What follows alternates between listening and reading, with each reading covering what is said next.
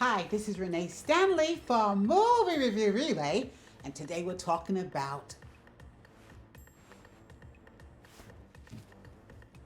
Hi, this is Renee Stanley from Movie Review Relay, and today we're talking about Black Adam. Yeah, we saw it, and I tell you, DC Comics did a wonderful job. They did. I use the W word because oftentimes they're criticized, always being compared to Marvel. And I've always told you guys, never compare the two companies, all right? But I won't repeat myself. I've been there before. The Marvel fans, I did not see a lot of them. I saw most of the DC fans. I'll tell you why. They were very vocal. They were very happy with the film. They appeared to be excited about the special effects, the fighting, the action. Then they got a pleasant surprise in the post-credit scene, which I'll spoil for you later at the end of the video. But they had a wonderful time. The cast is beautiful. Dwayne "Rock" Johnson, that was a part that you were meant to play. Because you always like to play the same part. You're always this big, powerful hero because that's who you are. That's fine. This fits you perfectly. Yeah, we believed you were Black Adam every day of the week. That's how good you were. You were wonderful. Okay, good. When the movie begins, I want to say 5,000 years from where we are now. And it's narrated. They tell you a little bit about it, the setup. And evidently, the Kandak people had land similar to the Black Panther Wakanda people, where they had land that was all their own. It was much more progressive than many of the countries that were there at that time. All right, so here we are with this advanced civilization, Kandak, which has all this beautiful innovation. It has a stone that people want. Similar again to the Black Panther stone, or a mineral or material. Also, there's a crown that will become significant later on in the film. All right, so everybody wants this land that these guys have because it has this material on it. Of course, the stronger oppressors come, they take over the land and they make the people slaves. And they tell them, you guys go ahead and dig up the stones and then stuff that we need to build this beautiful crown or whatever it is, right? The young people are rebel, especially this young person who is the son of Rock's character before he becomes Black Adam. And this young man reminds you of the Sally Field character in Norma Ray. Yeah, I said that. Do you remember when Sally Field got up on the table and she held up the sign, strike? Well, he holds up a sign. No, he doesn't hold up a sign. Does he? I have to think about it again. But no, but the point is freedom. That's what he's selling here. Freedom. So he holds his hand up to all of the miners and all the slaves, trying to get them to all come together, because there's more of them than it is of the soldiers and the guys, even though the soldiers and the guys have weapons. But I guess they saying that, okay, somebody's going to die, but we'll take most of them. All right, so they have the weapons there. They're going to kill the slaves, but the slaves figure there's more of them, so they can overtake the guards. All right, so the little boy, which is Rock's son before he's Black Adam, says that, Dad, somebody's got to be a hero. It's got to be us, or whatever it is, you know.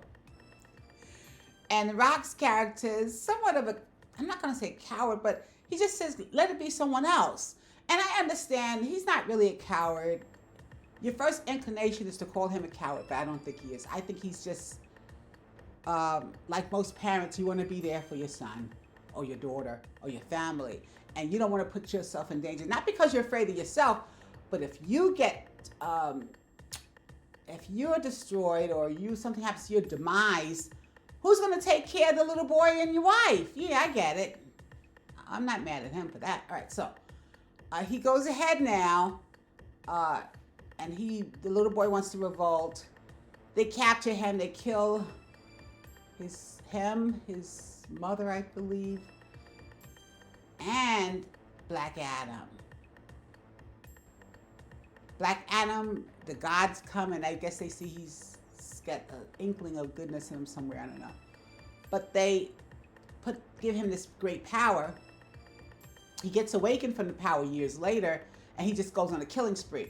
All right, so then the gods say, well, no, we see that you're not under control with your temper. So now instead of us giving you the powers, we're going to put you in a tomb.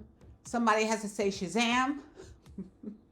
And once they say Shazam, and anyone who's been following the DC Comics, you remember Shazam. That was such a great movie. It was so much fun. I'll just say it like that. The young people loved it. I endured it, and I'm not that young, but I'm telling you now, it was a good movie. Nice goodwill movie. All right. So anyway, they related. You know, the Shazam movie family to this guy, and I guess we'll learn more about it later. Unless you feel like going and doing the research. I didn't feel like doing all that research because I have other movies to see and do. And by the way, yeah, I have to say it right in the middle of this one. There was a movie called Till, okay? It's a hard film to watch, but it's an important film. Oh, Till. The year is 1955. It's Mississippi, America, USA. A 14-year-old boy is lynched for allegedly whistling at a white woman while he was visiting his cousins in Mississippi. This story is told from the mother's perspective. The mother, Mamie Till, can't find her son after she hears he's been kidnapped and lynched by these white supremacists. When they finally find him, he is mutilated. He must have been through such awful torture. And everyone's telling her, just bury him in a closed coffin. Don't worry about it. This is what happens to blacks in America. It's almost accepted that black men are just lynched during that time, okay? And the mother's like, no, let everybody see what's been done to my son. And if it were today's, if she was living in a time where there was all of this social media, of course, she may not have to have done that. She probably could have posted it somewhere, and I don't know if they would have kicked her off. I don't know the rules. But my point is, she would have had some other outlet. At that time, all she could do was to have an open casket for her son so that the world can see the result of hatred and of racism. So she said, yeah, let everybody see it. Nope. Open a casket. Here we go. Everyone's going to see what they did to my son. The images of this mutilated young man spread all over the globe, all over the world, all over the country. And it did garner some empathy for this young black boy who was so brutally murdered. And it triggered a lot of the civil rights movements that began during that era. A lot of them point to Emmett Till as being the turning point. So it's an important film. It's hard to watch, yes, but it's important. If you get the time, if you can, Till, so beautifully done. The cast is wonderful. Of course, they're beautiful. I'll list the names. I have the guys put the names down for you. But what a beautiful cast. The woman who plays Mamie Till, just gorgeous, and plays it with such conviction. So proud, but yet so sad and hurt that her son was brutalized and taken from her in this way. Yes, and the music is also nice. You'll really enjoy it. But as I said, I'm going to warn you again. It's a brutal subject matter. Yeah. But yeah, it was very, very well done. So well done. All right, so back to Black Adam. I'm not sure where I left off, so I'll have to think about it. Wait. So you will see Amanda Waller. You know how she puts these teams together. Okay, so you will see Amanda Waller, played by the beautiful Viola Davis. If you've ever seen Suicide Squad, you'll understand how she puts these teams together. They go and they work for her. And they're like all the big bad superheroes trying to get the other big bad villain superheroes like that. Well, they would be super villains. All right, so it's the super villains against the superheroes. And she is the catalyst. She is the leader of the group. She's the one giving the orders, and she's tough. Now you would think, oh, she must have magical powers. Not really. She just knows how to extort and blackmail, stuff like that. She's too much. You're going to love her. All right, so she's putting this team together. Evidently, they're called the Justice Society. Pierce Bronson is in it. He plays like a Magneto character who can do all these things with his mind. He wears like a helmet. He can even do the doppelganger thing that Doctor Strange does in Marvel movies. He can do that same thing where multiples of yourself are all over the place, And our guy, Eldred. All right, so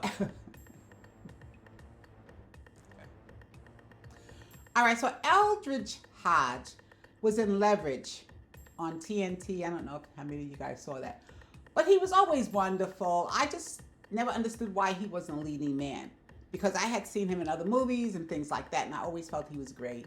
But that's wonderful. I'm glad he's getting his due now. He's getting a lot of exposure from this comic strip hero where he plays, I call him the bird guy. That's not his name. He plays Carter Hall. He's not the bird guy. That's what I call him because that's a generic name. It was easier for me to remember him. He's Hawkman. Yeah. Yeah, and he has on this helmet and he has a beak. Wait till you see it. Yeah. You can always look it up on the internet, but I don't want any strikes and copyright things. That's why I don't do a lot of clips. Everybody else says, do the clips, but then I have to worry about getting the copyright, whatever it is. And then do I have time to dispute these things and go back and forth? Unless it's my stuff that somebody's copying, I don't have time. I just delete it and forget it. All right, so Hawkman. Dr. Fate is our Pierce Bronson character. And Pierce, yeah, you did fine. You did a serious act in the group. This isn't Shakespeare. You don't have to be that serious, but it's okay. We enjoyed him anyway. He's a joy, Pierce Bronson. Everybody loves him. All right, so Albert Al Rothstein plays Adam Smasher, the guy that goes big and small like Ant-Man.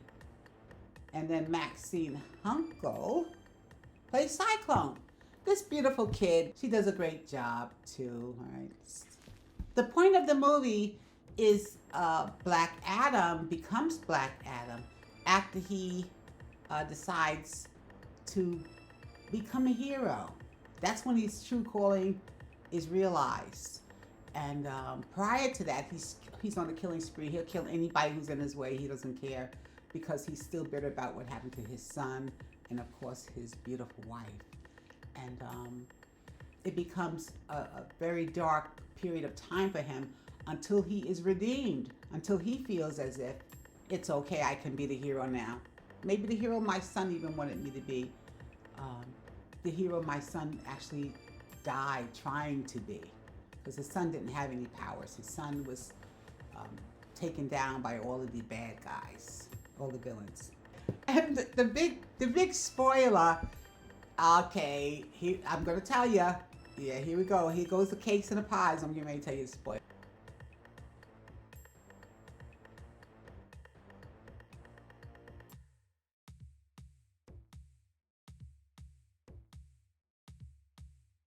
All right, so the post-credit scene, you see Amanda Waller, Viola Davis, telling Adam, he better behave. I'm just paraphrasing. You better behave. You better be good, because I don't want to have to deal with you. I'll make sure if something happens. We put you in your place. And he's like, well, nobody can control me on this planet. And then she says to him, I know people that's not on this planet who owe me a favor, who will come and deal with you. And out of the shadows, you see Superman. Henry Cavill, right? You see him. There he is. All right. And he says to him, we should talk. Did I scare you? Okay. That's what he says. Anyway, that's the movie. It's a good movie. 5 being the best, 1 being the worst. Black Adam easily comes in at a 3 and add an extra star or point if you're a big DC Comics fan. Special effects were good. The music was okay. But I think because, again, I've said this before about the DC films, we as an audience have not bonded to the extent that a lot of DC fans have. When something tragic happens, one of these guys dies or gets hurt, it's hard for us to get emotionally invested because, what have these guys done for us to like them? We're just being introduced to them, except for Wonder Woman. We love her. And our guy, Jason. Okay, I have the guys put it down. Anyway, the Aquaman guy, yeah, I know he's too fine for, okay, too good looking. That's just the way some people got it. God just gave it to him like that, all right, so. But anyway, those are the people now that we're familiar with them. Of course, in sequels, we're gonna love them. We're gonna be bonded to them emotionally, Okay, so Black Adam is cursed. We realize later on in the film, yeah, Black Adam, you have been put in a tomb not because you're so wonderful and precious, but it was like a prison because you just was killing everybody. And now we also, I forgot to mention, the Justice Society is the one trying to protect the villagers. And they want our guy, Black Adam, to work with them, but he's rogue, let's face it. And basically, he is the one who does a character arc. He changes from the vengeful, mean killer to the empathetic hero. Someone who can measure when someone's in trouble and how they can possibly help them. So let's say that. So he does a wonderful job with that. I think you'll enjoy it. I think I've told you everything. If not, I'll hit you on the podcast. So Sabak is the villain. He's like a Hellboy hybrid. That's what he looks like. And he unleashes his army of skeletons who look like, if you've ever seen a lawn skeleton during October the 31st here in America, USA, yeah, you look like the lawn skeletons, like that. And so you're fighting the villagers, and the villagers are kicking you up. You're doing great, villagers. You're doing great. You're going to conquer these guys. All right, so in fighting Dr. Fate, you get killed, yeah. And you sacrifice yourself. And like I said before, it's sad, but we're not that sad because we don't know you that well. Like, what have you done for me to miss you? I don't know your character that well. They didn't really give us that much of a character arc for you. So we don't know that much about you. It's too bad to see you go, but no, it didn't hurt us that bad. If you would have given us a little more background on him, I think we would have felt bad when he left here. All right, anyway, I would have loved to know some more about these other guys too. Cyclone and Adam's, oh, I'm sorry, dang it, all right. Adam Smasher? Okay, but it's all right, it's okay. We'll have to see another film. This is what I always say this is what the writers gave us. We looked at it, we enjoyed it. Thank you, writers. Thank you, Warner Brothers. Thank you, DC Comics. Until we meet again, it's Renee Stanley for Movie Review Relay.